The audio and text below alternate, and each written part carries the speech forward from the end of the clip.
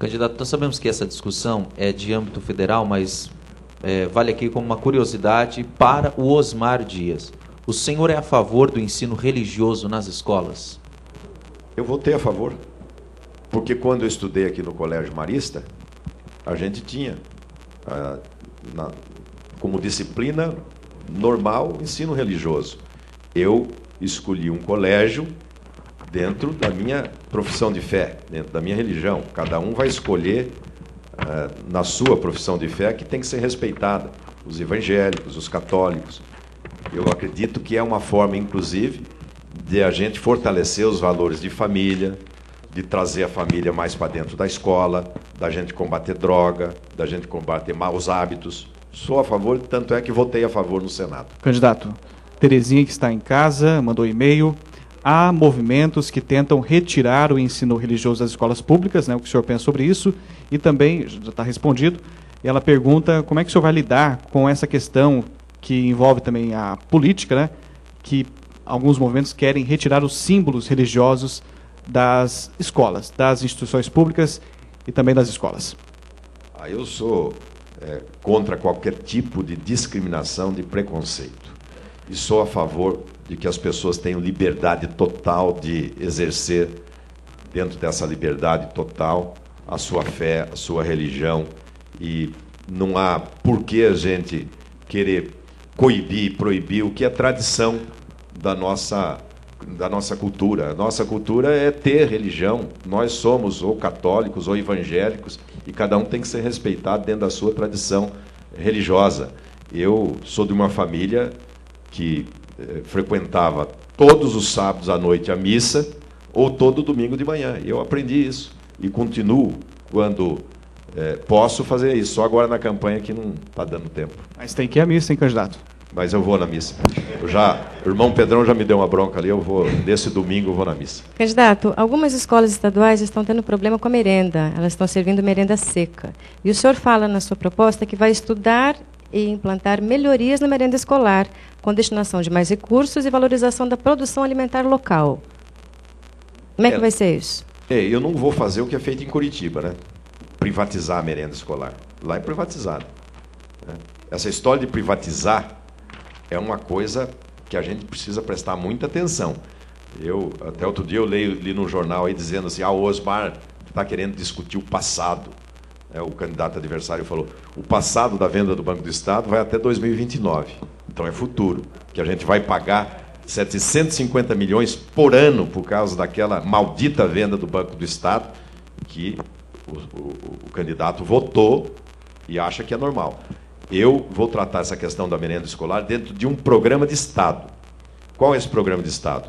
Organizar os agricultores familiares para que eles tenham no Estado pelo menos 6 centrais de armazenamento à disposição, em cada macro-região, para a gente poder, com a agricultura familiar, fornecendo alimento, o Estado comprando e dando prioridade aos agricultores familiares no fornecimento de todos os produtos que vão atender a merenda escolar.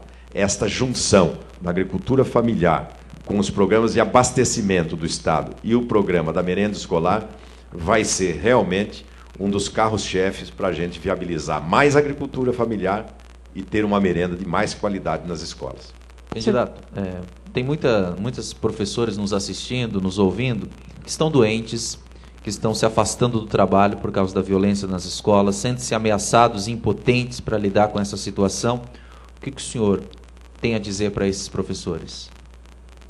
Bom, nós já falamos sobre esse assunto da questão do respeito do aluno em relação ao educador, em relação ao professor. As coisas mudaram, e não mudaram para melhor. A verdade é essa.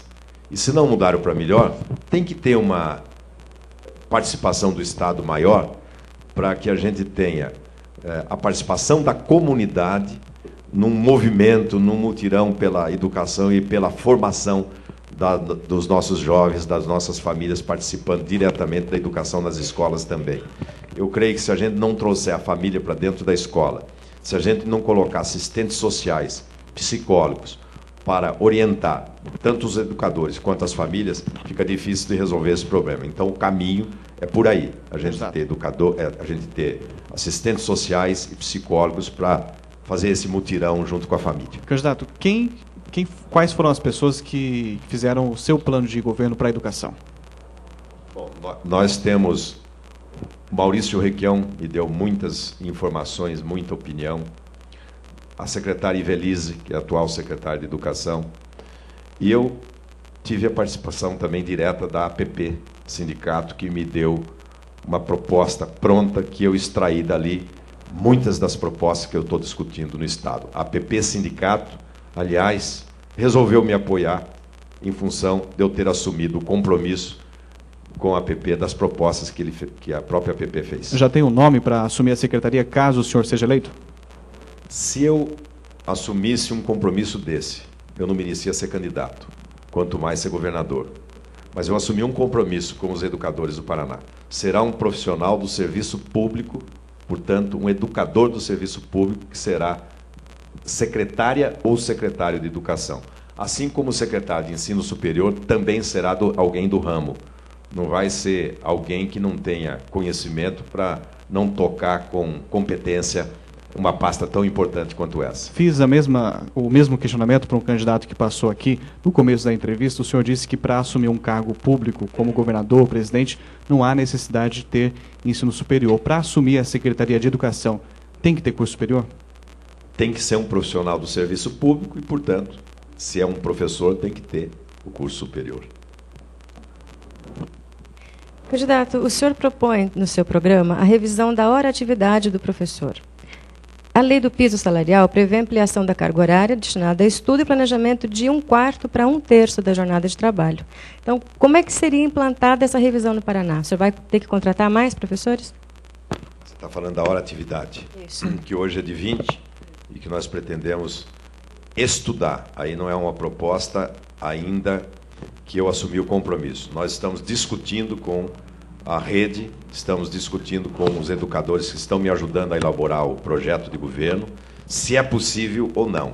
Se for possível, nós vamos implementar. Se não, nós vamos dizer para os educadores que a gente tem que trabalhar com a possibilidade que temos, que é de manter aquilo que foi conquistado. Candidato, qual a sua postura em relação à ADIM, que foi proposta por alguns estados, inclusive o Paraná, contra o piso nacional dos professores? E que também prevê o aumento da carga horária para eles refletirem, estudarem, né? Tem tudo a ver com isso. O atual governo, que tem o apoio e a parceria do senhor, foi contra, né? Entrou na justiça. O senhor pretende agir de qual maneira perante o posicionamento do governo federal e deste governo estadual? Veja como é fácil responder essa pergunta. O autor do piso salarial foi o senador Cristóvão Buarque, que é do meu partido. E o relator fui eu. Se eu fui o relator, eu sou a favor do piso salarial e, portanto, sou contra a DIM. Não pretendo manter essa DIM. Até porque o Paraná está muito acima do piso salarial que foi estabelecido. O senhor conversa com o ex-governador sobre isso? Sobre isso e sobre muitas coisas. Nós conversamos. Às vezes divergimos e outras convergimos. Até porque, eu vou te dizer uma coisa, eu estou em Maringá, aqui está minha irmã, meus irmãos. Eu não preciso concordar com tudo que o Requião pensa para ele me apoiar. Ele está me apoiando por um projeto de Estado, por um projeto de país. Agora, a gente tem o direito de discordar. Eu discordo até do Álvaro, que é meu irmão, em relação a algumas questões políticas. Por exemplo, o Álvaro é oposição ao governo Lula. E eu defendo o governo Lula desde quando o governo Lula se instalou e nos convidou para fazer parte da base do governo Lula. Eu defendo as políticas públicas que elevaram de classe 24 milhões de brasileiros que deixaram da miséria para poder ser consumidores. Então, eu tenho o direito de discordar do Álvaro, do Requião, porque eu tenho as minhas convicções. Certo. Na prática, como que vai ser, então? Se o senhor for eleito, o que o senhor precisa fazer daí? Retirar o Estado do Paraná nessa DIM? Como é que funciona? Não sei. Se for preciso retirar, eu retiro. Mas eu então... não vejo necessidade, porque o Paraná já paga um piso salarial muito acima do piso que foi estabelecido pela lei. Mas a questão não é só o salário, né? É a hora-atividade, a jornada de trabalho incorporada, a hora-atividade incorporada à jornada de trabalho. Isso nós vamos discutir, como eu disse, com a rede, com os educadores. Com diálogo a gente vai chegar num resultado que possa ser avançar ou manter o que está aí.